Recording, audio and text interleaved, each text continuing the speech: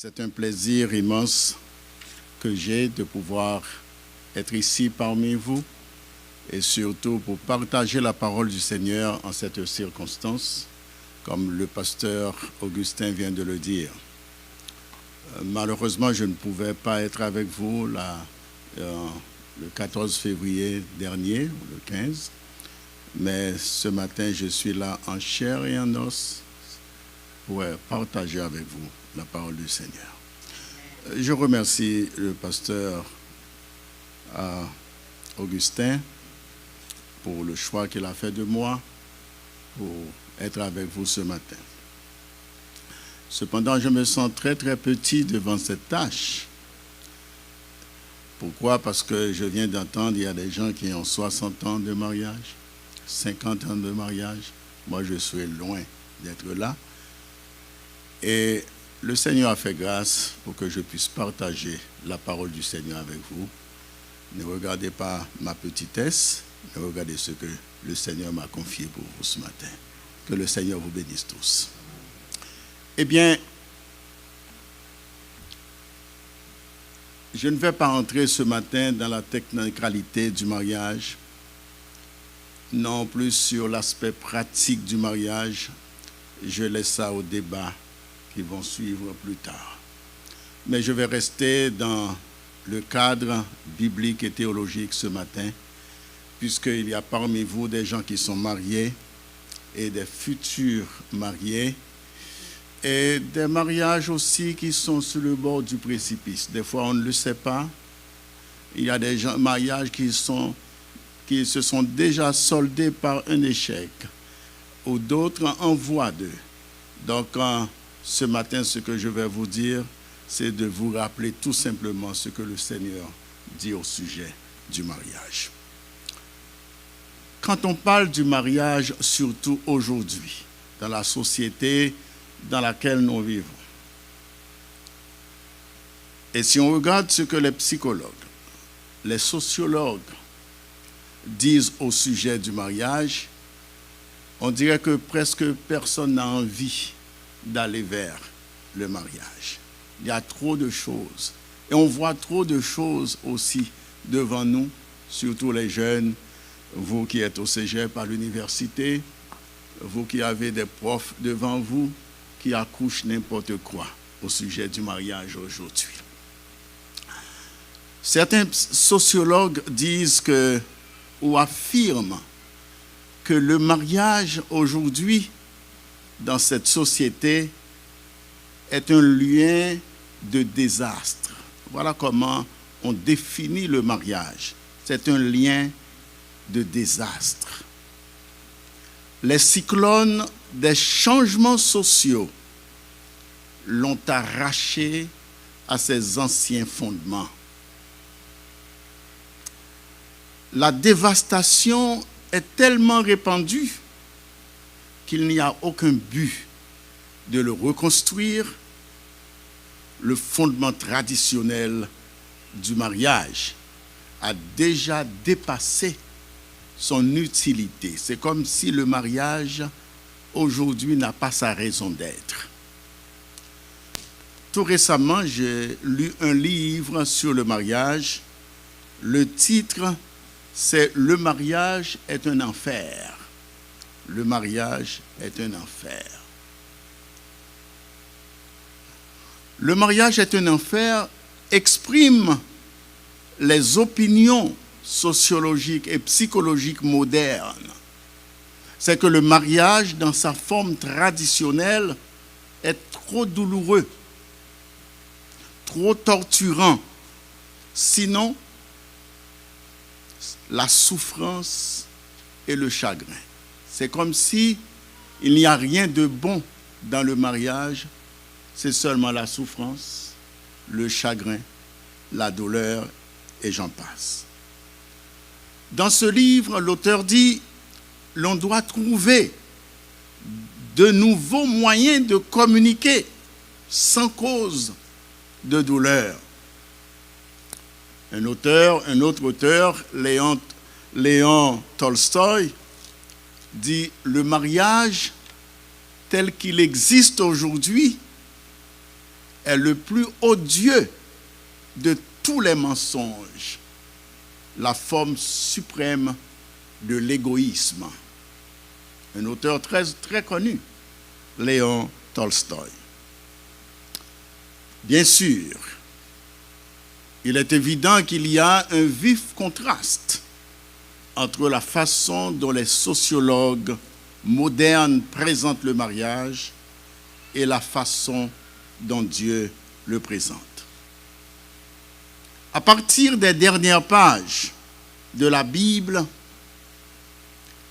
quand Dieu institua le mariage, il nous est présenté comme étant la pierre angulaire, l'acte suprême de l'œuvre créatrice de Dieu, la raison même pour laquelle il créa le monde et embellit l'univers.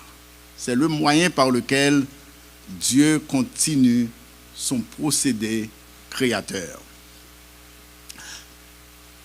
Placé sur un niveau plus élevé, dans le Nouveau Testament, comme on vient de lire, quelques passages, quelques extraits, il y a quelques minutes de cela durant le service. Le mariage nous est montré comme étant un parallèle à l'amour rédempteur de Dieu en Christ pour son Église, n'est-ce pas extraordinaire? Contrairement aux définitions que donnent ces sociologues, psychologues et j'en passe. Le mariage, comme nous le voyons dans la Bible, il semble, d'après les textes qui ont été lus ce matin, Éphésiens chapitre 5, et je lirai un autre texte plus tard, il semble qu'aucune image terrestre ne suffisait pour exprimer les pensées de Dieu au sujet du mariage. Seule la relation céleste, exaltante et sacrée entre Christ et son Église était appropriée. Laisse-moi relire Éphésiens chapitre 5, les versets 22 et 23. Femmes, soyez soumises à chacune à votre mari, comme au Seigneur. Car le mari est le chef de la femme, comme Christ lui-même est le chef de l'Église, qui est son corps et dont il est le sauveur. Dans les dernières pages de la Bible, telles que l'Apocalypse au chapitre 19,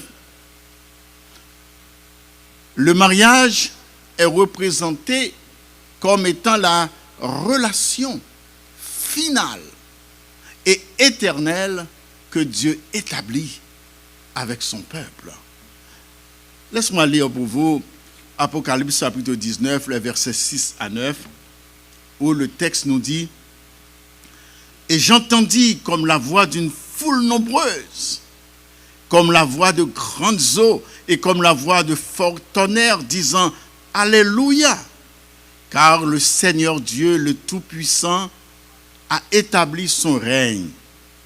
Réjouissons-nous, soyons dans l'allégresse et donnons-lui gloire, car les noces de l'agneau sont venues et son épouse s'est préparée. Il lui a été donné de se vêtir de fin lin, éclatant et pur. Le fin lin, ce sont les œuvres justes des saints. L'ange me dit, écris, heureux ceux qui sont appelés au festin des noces de l'agneau. Puis il me dit, ce sont les paroles véritables de Dieu.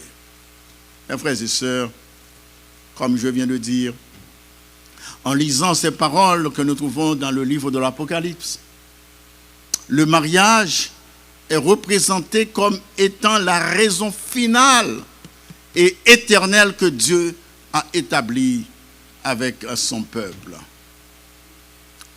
Mes frères et sœurs et amis, ces paroles des Saintes Écritures nous apprennent que c'est Dieu lui-même qui a établi le mariage avec ses propriétés et ses conditions.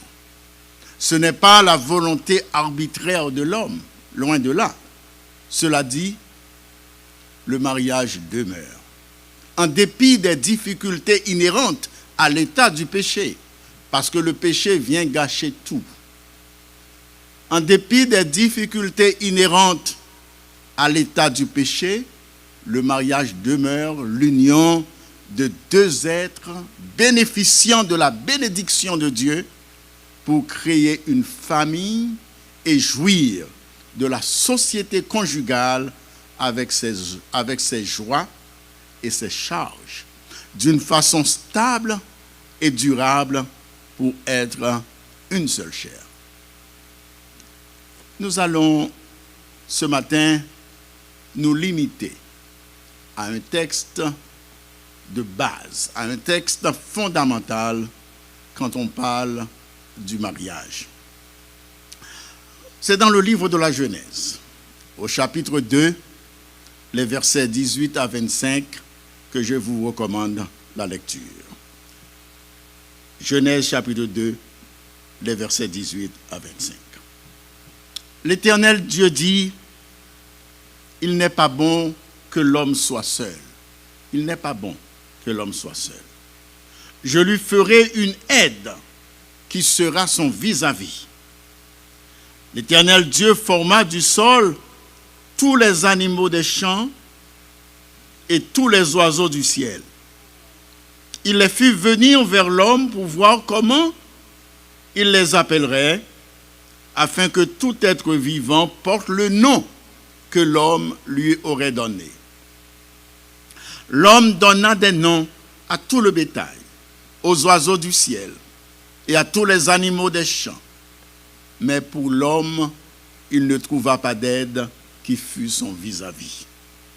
Alors l'Éternel Dieu fit tomber un profond sommeil sur l'homme qui s'endormit. Il prit une de ses côtes et referma la chair à sa place. L'Éternel Dieu forma une femme de la côte qu'il avait prise à l'homme, et il l'amena vers l'homme. Et l'homme dit, « Cette fois, c'est l'os de mes os, la chair de ma chair. C'est elle qu'on appellera femme, car elle a été prise de l'homme. C'est pourquoi l'homme quittera son père et sa mère et s'attachera à sa femme, et ils deviendront une seule chair. » Mes frères et sœurs, à partir de ce texte, nous allons retirer quelques principes fondamentaux qui, selon l'intention même de Dieu, devaient être présents dans le mariage. Premièrement, le mariage est la compagnie. Le mariage est la compagnie. Le but principal du mariage n'est pas la procréation, faire des enfants. Le but principal du mariage n'est pas la procréation, parce qu'il y a des couples qui n'ont pas d'enfants. Même si certains théologiens affirment cela et citent Genèse chapitre 1er, verset 28. En lisant Genèse 2 et le verset 18, l'Éternel Dieu dit, « Il n'est pas bon que l'homme soit seul. Je lui ferai une aide qui sera son vis-à-vis. » Une aide qui sera son vis-à-vis. De là, nous comprenons que le but principal pour lequel Dieu institua le mariage, c'était que l'homme ait de la compagnie. Il n'est pas bon que l'homme soit seul. Maintenant, que manquait-il à la création de Dieu? Quand son jugement est tombé, il n'est pas bon que l'homme soit seul. Qu'est-ce qui l'empêcherait encore de rassasier ses regards sur son œuvre et de la déclarer bonne à l'extrême? Puisqu'à la fin du chapitre 1er de la Genèse, au verset 31, Dieu dit tout ce qu'il a créé était très bon. Était très bon. Et Dieu vient de dire, il n'est pas bon que l'homme soit seul. Il n'est pas bon que l'homme soit seul. le monde souffrait d'une absence, celle de la femme. Et pourtant, cette remarque doit nous étonner ce matin en disant « Il n'est pas bon que l'homme soit seul. Il n'est pas bon. » C'est la seule appréciation négative du récit de la création. Et je pourrais dire, elle est énergiquement négative. Il n'est pas bon que l'homme soit seul. Alors que tout le premier chapitre conclut en disant « C'était très bon, très bon. » Et cette fois-ci, nous trouvons que Dieu dit « Il n'est pas bon que l'homme soit seul. » Par cette raison divine de la création de la femme, l'Écriture ne pourrait pas mieux marquer à quel point la solitude contredit la vocation même de l'humanité.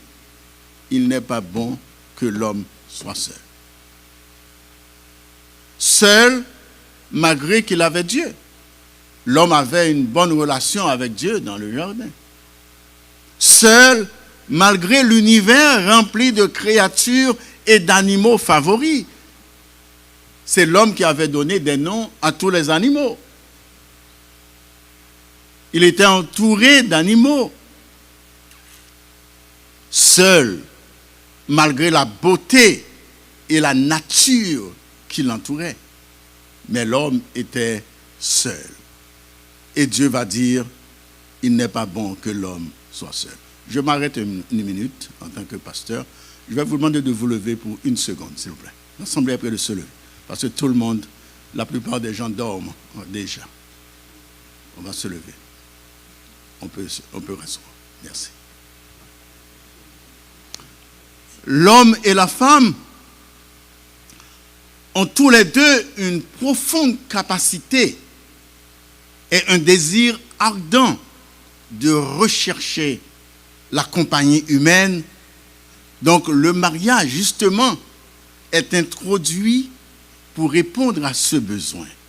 Comme les psychologues et sociologues viennent de dire que le mariage est un enfer, le mariage est trop tortureux, trop douloureux, il faut trouver d'autres moyens de communication. Et pourtant, il n'est pas bon que l'homme soit seul. C'est le mariage qui va répondre à ce désir et à ce besoin. Je viens de dire que le mariage est de la compagnie. Mais qu'est-ce que la compagnie? Eh bien, quand on regarde bien, pour vous qui êtes déjà mariés ou sur le point, eh bien, sachez que la compagnie comme telle, quand Dieu dit « Il n'est pas bon que l'homme soit seul, je lui ferai une aide », c'est l'investissement personnel de temps, d'effort et d'intérêt dans la vie d'une autre personne. Je reprends cela.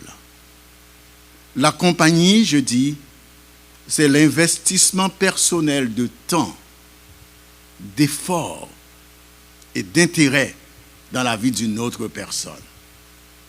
Autrement dit, c'est d'être ensemble, parler ensemble, ressentir ensemble, planifier ensemble et travailler ensemble.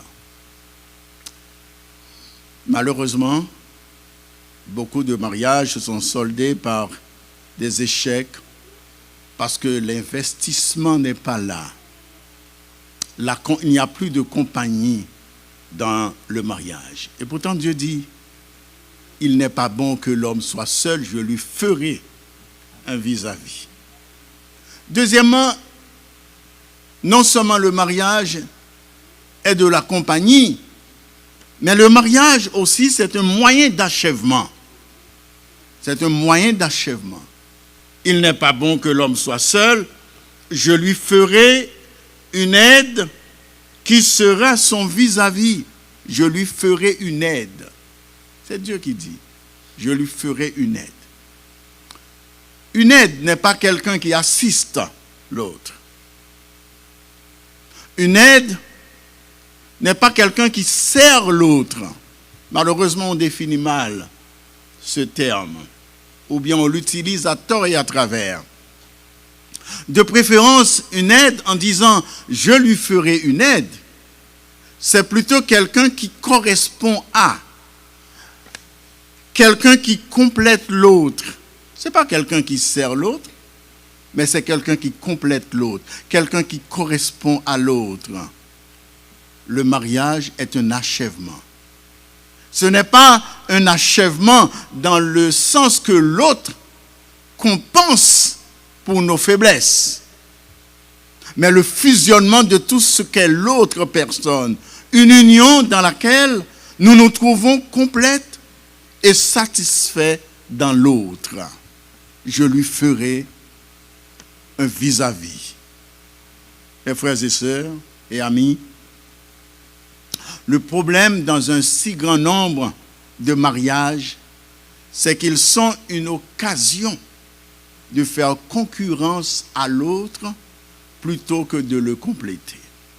Je reprends ce que je viens de dire. Et par expérience, je vous le dis, j'ai célébré beaucoup de mariages et beaucoup de difficultés viennent de là. Au lieu de compléter l'autre, mais ils prennent un plaisir malin de faire concurrence à l'autre. Or, dans ce mariage-là, il n'y a que rivalité et problème. Et à la fin, vous connaissez les conséquences. Elles sont néfastes et catastrophiques. Le mariage, pour vous qui êtes déjà mariés et pour vous qui pensez au mariage, sachez d'ores et déjà que le mariage commence avec des différences. Le mariage commence avec des différences. Nous sommes différents psychologiquement, en arrière-plan, en personnalité et en habitude. Nous sommes distincts l'un de l'autre. Par contre, le mariage existe une synchronisation des différences afin que dans l'unité du mariage, une nouvelle dimension d'expérience s'ouvre à chacun des conjoints. Le mariage, déclare un autre auteur, Octave Feuillet, il dit que le mariage est une pièce à deux personnages, dont chacun n'étudie qu'un rôle, celui de l'autre. Celui de l'autre. Il y a des différences dans le mariage. Et c'est important, ces différences-là. Non seulement le mariage, c'est de la compagnie. Le mariage, c'est un moyen d'achèvement, de compléter l'autre. Mais le mariage également, c'est un moyen de communication.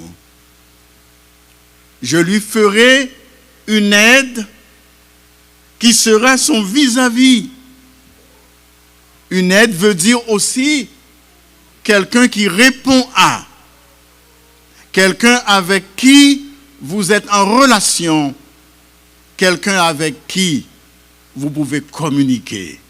L'homme ne pouvait pas communiquer dans le jardin avec les animaux. Et pourtant, c'est lui qui avait donné des noms à tous ces animaux. L'homme ne pouvait pas communiquer avec la création comme telle. Dieu a dit, il n'est pas bon que l'homme soit seul, je lui ferai une aide. Quelqu'un avec qui il peut entrer en relation. Quelqu'un avec qui il peut communiquer, il peut parler. Mes frères et sœurs et amis, vous savez tous que la communication exige l'effort plus conscient de parler. Ce n'est pas seulement de parler, d'écouter. Il faut essayer de comprendre et de connaître les sentiments l'un de l'autre. La communication est plus qu'un dialogue. Plus nous désirons avoir un mariage uni, plus nous voulons que la raison soit, ou la relation soit intime, plus il est nécessaire d'être capable de communiquer. Là encore, beaucoup de mariages connaissent des échecs parce qu'il manque le sens de la communication dans le mariage. Il y a deux choses pour moi qui sont essentielles quand on parle de mariage. C'est premièrement la communication et deuxièmement la compréhension. Quand il y a communication et compréhension, on peut éviter beaucoup de problèmes, beaucoup de conflits, beaucoup de dégâts. Malheureusement, c'est ce qui manque dans beaucoup de mariages, dans la vie des couples. Il n'y a pas de communication. Mais la communication, comme je viens de dire, il y a un effort qui doit se faire. Il faut écouter, essayer de comprendre, essayer de connaître les sentiments l'un de l'autre. Mais en même temps, la communication est une révélation de soi-même à l'autre personne. Des fois, on ne s'ouvre pas. Il y a des gens, je connais beaucoup de couples, dans la vie de beaucoup de couples, il y a un qui reste là indifférent, qui ne parle jamais. Vous ne savez pas ce qui est dans le cœur de l'autre. Et pourtant, il n'est pas toujours satisfait, il n'est pas toujours heureux. Mais on ne sait pas. Il y a un blocage dans la vie du couple. Dans la vie du couple. Bref, c'est d'être ouvert l'un envers l'autre. Le mariage, c'est de la compagnie. Le mariage, un moyen d'achèvement. Le mariage comme un moyen de communication. Le mariage aussi comme un engagement, ou bien comme engagement du couple vers le progrès. Vers le progrès. L'engagement mutuel du couple est l'un des éléments les plus fondamentaux, les plus déterminants et les plus prometteurs du progrès. L'engagement du couple. Mes frères et sœurs et amis, jeunes couples ou futurs mariés, je dois vous dire bien sincèrement, pour vous qui avez déjà 40 ans, 50 ans, 60 ans, il n'y a pas d'ancienneté dans le mariage. Avez-vous compris l'Église? Il n'y a pas d'ancienneté dans le mariage. Le mariage reste quelque chose de très délicat, très fragile. C'est comme un œuf. C'est comme un œuf. Le mariage est quelque chose de très difficile. Parce que oui, ça fait longtemps, je suis habitué, ça fait 30 ans, ça fait 10 ans que je connais ma femme, je connais mon mari. Attention. C'est là qu'il faut faire attention.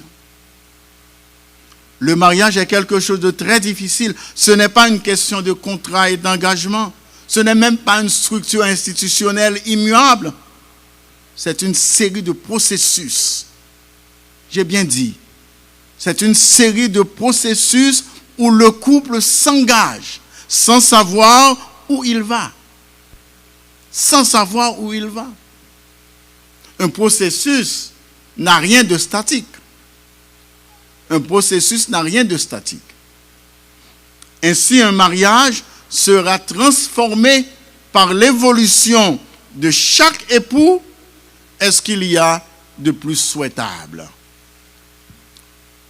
Mes frères et sœurs et amis, toute union, toute association vivante est composée de deux individus qui, chacun de son côté, respectent et développent leur personnalité.